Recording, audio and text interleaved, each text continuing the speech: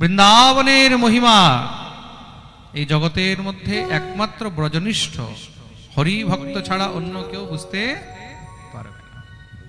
ভগবতী ভক্তি দেবী এখানে প্রার্থনা করলেন, একটি কথা বলুন। কথম পরীক্ষিতারাজ্ঞা স্থাপিত শুচি কলিঃ প্রবৃত্তে তু কলৌ সর্বসারঃ কুত্র গতো মহান। একটি কথা বলুন, কলির মধ্যে তো এত দোষ রয়েছে, তা রাজা পরীক্ষিত সেই সময় তো কলিকে শেষ করে দিতে পারতেন, যখন তিনি কলিকে মারতে তৈরি হয়েছিলেন, উদ্যত হয়েছিলেন। কিন্তু তবুও তিনি কলিকে ছেড়ে দিলেন কেন? তার কারণ কি? স্থাপিত অশুচি কলিঃ। কলি তো অশুচি, শুচি নয়। কলির মধ্যে শুচিতা নেই। দেবর্ষি নারদ হাসতে লাগলেন, বলে, দেবী একটি কথা তুমি জানো না। কলের দোষ নিধে ধীমৎ अस्ति एको महान गुणः। কলির মধ্যে দোষ অনেক আছে, কিন্তু একটি বিশেষ গুণ আছে। কি গুণ আছে? কলির সেই গুণটি কি? বলে, यत् फलं नास्ति तपसा न योगेन समाधिना अनायासेन तत्सर्वं कलौ केशव कीर्तना।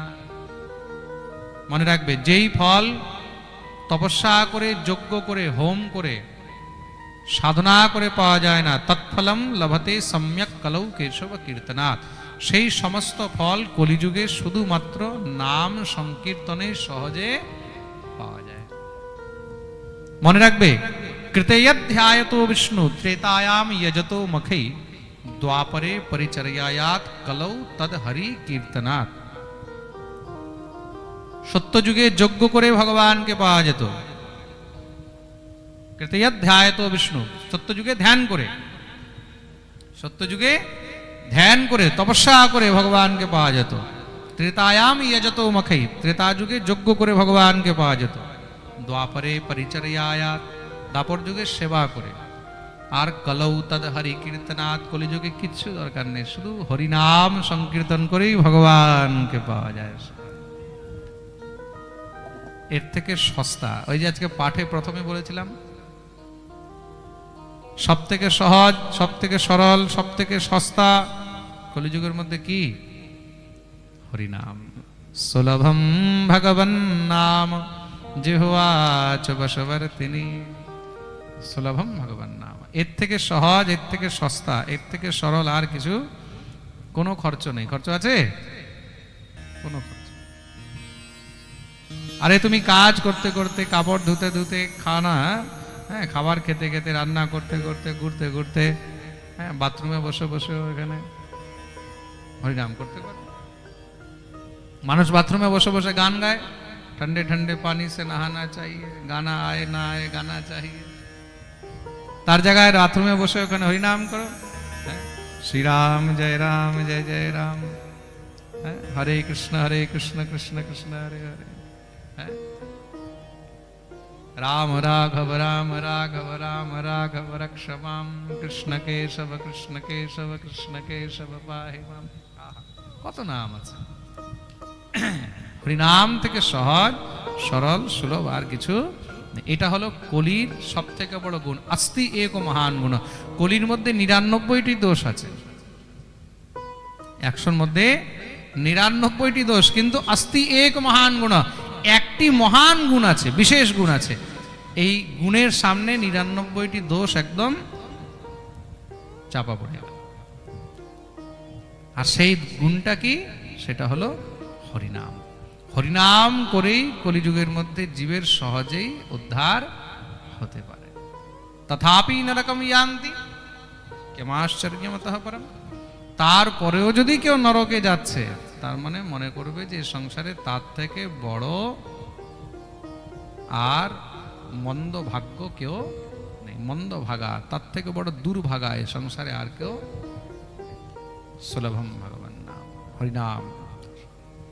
তার জন্যই কিন্তু ভক্তি দেবীকে বলছেন, তার জন্যই পরীক্ষিত মহারাজ কলিকে ছেড়ে গেছেন। যে কলিযুগে মানুষ তো অনেক পাপী হবে, কিন্তু পাপ করেও যেন হরিনামের মাধ্যমে সহজে তারা পার হতে পারে, তার জন্যই কলিকে ছেড়ে গেছে। প্রেম সে বলো, আরে বলো না, আরো জোরে, আরো জোরে, সবাই দোনো হাত তুলে জয় জয় শ্রী রাধে। তাহলে কি আমার এই দুই পুত্রের আর উদ্ধার হবে না? বলে নিশ্চয়ই হবে, তার জন্য যা উপায় করতে হবে করব। নারদ উপায় আরম্ভ করলেন কি? বেদ বেদান্ত ঘোষৈশ্চ গীতা পাঠৈর মুহুর্মুহু বুদ্ধ্যমানো তদা তেন কথম চিচ্ছ্থিতো বলাৎ। বেদ বেদান্ত গীতা ইত্যাদি পাঠ করে বারবার শোনাচ্ছেন, কিন্তু যতক্ষণ শোনায় চুপচাপ বসে যায়। আর যখনই শোনানো বন্ধ হয় ধপ করে পড়ে যায়। নারদ তো চিন্তায় পড়ে গেলেন, ভগবানকে স্মরণ করছেন, সঙ্গে সঙ্গে আকাশবাণী হলো, ব্যোমবাণী তদেবা ভুন মার্ষে খিদ্যতামিতি উদ্যমঃ সফলস্তেয়ং ভবিষ্যতি ন সংশয়ঃ। যাও নারদ, তুমি কি বিশেষ একটি সৎকর্ম করো। এতদর্থম তো সৎকর্মেশ্বরস্যে ত্বম সমাচর তত্তে কর্মাভিধাস্যন্তি সাধবঃ সাধুভূষণা। সাধু বৈষ্ণবরাই তোমাকে সেই উপদেশ করবে, সেই সৎকর্মের দ্বারাই জ্ঞান বৈরাগ্যের উদ্ধার হবে। নারদ তো খুঁজে বেড়াচ্ছেন সাধু বৈষ্ণবদেরকে, খুঁজে জিজ্ঞাসা করছেন, কেউ আর উত্তর দিতে পারে না। তখন নারদ চিন্তিত হয়ে চিন্তায় সেই বদ্রীনাথে গেছেন, যেখানে 4 জন ঋষি কুমারের সঙ্গে দেখা হলো। আর তারা নারদকে বললেন, চিন্তা করো না, সেই উপায় আমরাই বলবো। কি উপায়? শ্রীমদ্ ভাগবতান মুক্তি।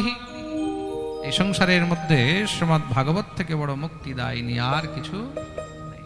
সব থেকে বড় সৎকর্ম কি? বলে সৎকর্ম সূচকো নূনম জ্ঞান যজ্ঞ স্মৃতো বোধৈ শ্রীমদ্ ভাগবতালাপঃ সতু গীতঃ শুকাদিভিঃ।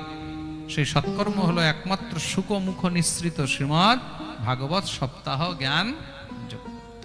যাও তার আয়োজন করো, আমরাই তোমাদেরকে সেই ভাগবত শ্রবণ করাবো।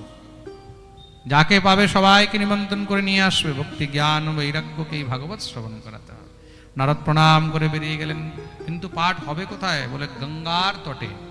গঙ্গা দ্বার সমীপে তু তটম আনন্দ নামকম। গঙ্গার তটে আনন্দ ঘাটে বসে নারদ যাকে পেয়েছে নিমন্ত্রণ করেছেন, আপনি আসবেন, আপনি আসবেন প্রভু, আপনি আসবেন দাদা, আপনিও আসবেন। সবাইকে নিমন্ত্রণ করেছে, যে শুনেছে সে আরো 10 জনকে গিয়ে নিমন্ত্রণ করেছে। এইভাবে দেখতে দেখতে করণে করণে যে পঞ্জনা, চারোদিকে মহারাজ চর্চা ছড়িয়ে গেছে, ভিড় লেগে গেছে সেখানে।